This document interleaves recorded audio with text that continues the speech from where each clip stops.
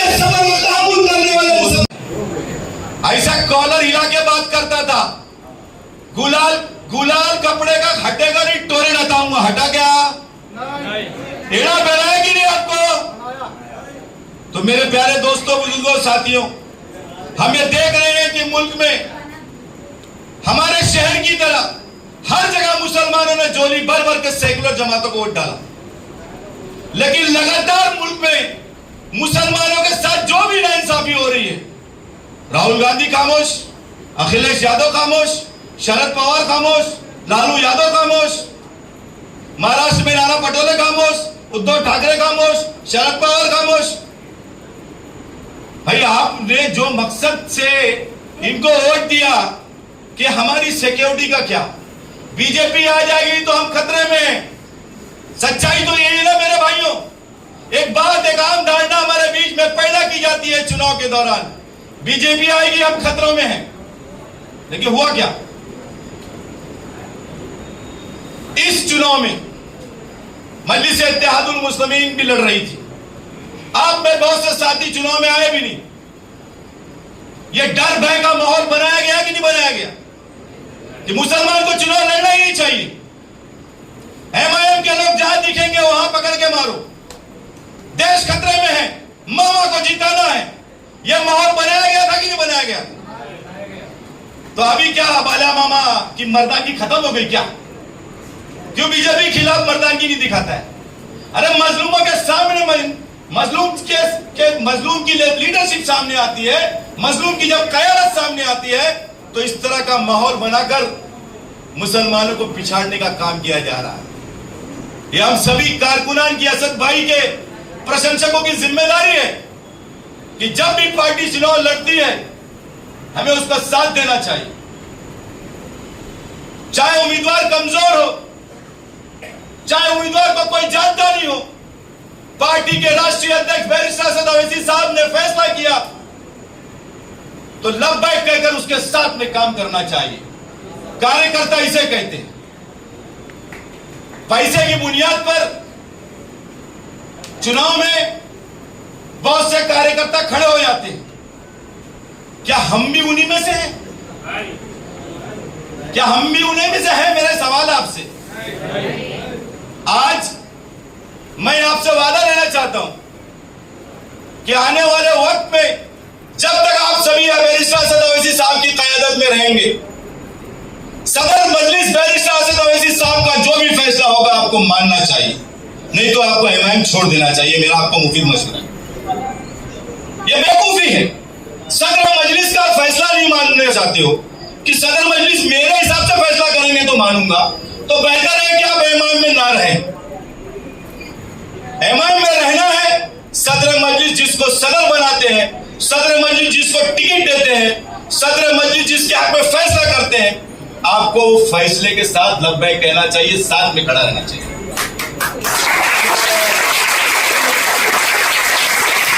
यकीनन आज हम कम हैं, एक छोटी पॉलिटिकल पार्टी है।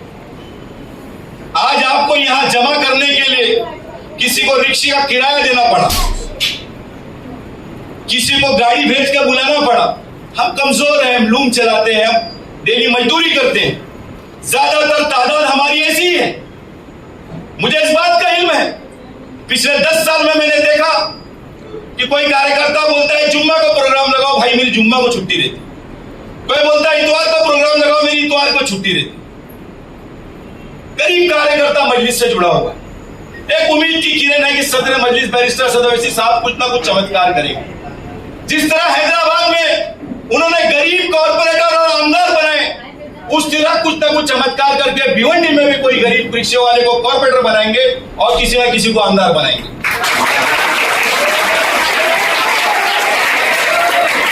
लेकिन शर्त यह है कि आपको दीवानगी की तरह साथ देना पड़ेगा। आपको दीवानगी की तरह साथ देना पड़ेगा। कांग्रेस, एनसीपी, समाजवादी, शिवसेना क्या किसी रिक्शे वाले को कभी टिकट देगी? मेरा सवाल है। नहीं देती। सदर मजलिस बैरिस्टर असद ओवैसी साहब ने ड्राइवर को टिकट देके आमदार बनाया है हैदराबाद। एक ड्राइवर को टिकट देके आमदार बनाया। अनगिनत कॉर्पोरेटर ऐसे हैं जिनका बयान कि उनके पास रिक्शे का किराया नहीं होता था पार्टी ऑफिस जाने के लिए, उनको कॉर्पोरेटर और आमदार बनाया मिनिस्टर सदर साहब। ये मजलिस इत्तेहादुल मुस्लिमीन।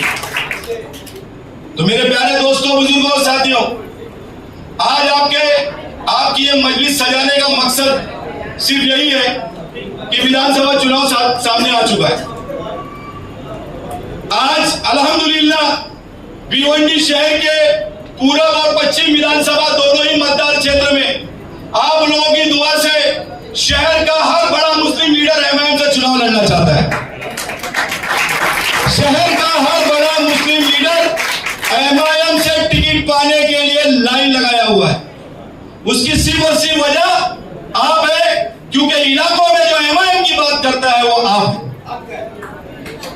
इलाकों में जो एमआईएम की बात करता है वो आप है। भिवंडी शहर में एक सर्वे रिपोर्ट के मुताबिक मुस्लिम इलाकों में इस वक्त सबसे प्रसिद्ध पार्टी मजलिस इत्तेहादुल मुस्लिमीन है, अल्हम्दुलिल्लाह। यही वजह है कि ये लोग लाइन लगाए हुए। मेरा ऐसा कहना है कि थोड़ा सब्र और तहम्मुल के साथ कुर्बानी देने का वक्त है। अगर पार्टी को बड़ा करना है तो मैं शादाब उस्मानी खुद ये कहता हूं कि कल सदर मजलिस का ये फैसला आया कि शादाब उस्मानी आपको टिकट नहीं मिलेगा, हम किसी और को मौका देते हैं, मैं कुर्बानी देने को तैयार। मजलिस के 10 साल दर गली गली भटकने के बाद मेरा ये रवैया है तो आपका भी ये रवैया होना चाहिए। कोई बड़ा आदमी आ गया, कोई बड़ा जिम्मेदार आ गया तो घबराने की जरूरत नहीं है। मजलिस का झंडा आप ही उठाते थे, आप ही उठाओगे। ये सोरठ आएंगे और चले जाएंगे। टिकट नहीं मिला, कल हो सकता है इनमें से ही कुछ लोग खड़े होकर बयान देते हुए नजर आएंगे कि एमआईएम बीजेपी की मीटिंग। मजलिस के वो कारकुन जिनके मन मुताबिक काम नहीं होता वो तुरंत बोलते हैं कि एमआईएम बीजेपी की मीटिंग।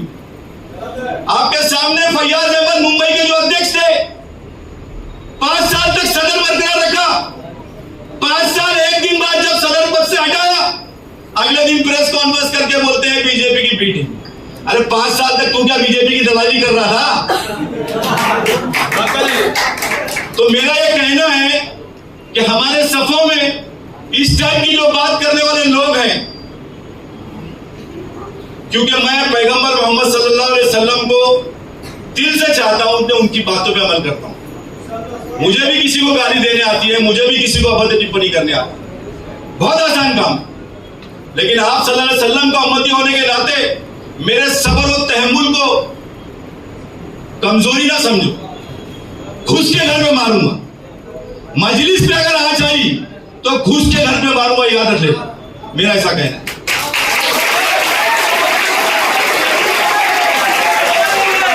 मेरे प्यारे दोस्तों, बुजुर्गों, साथियों,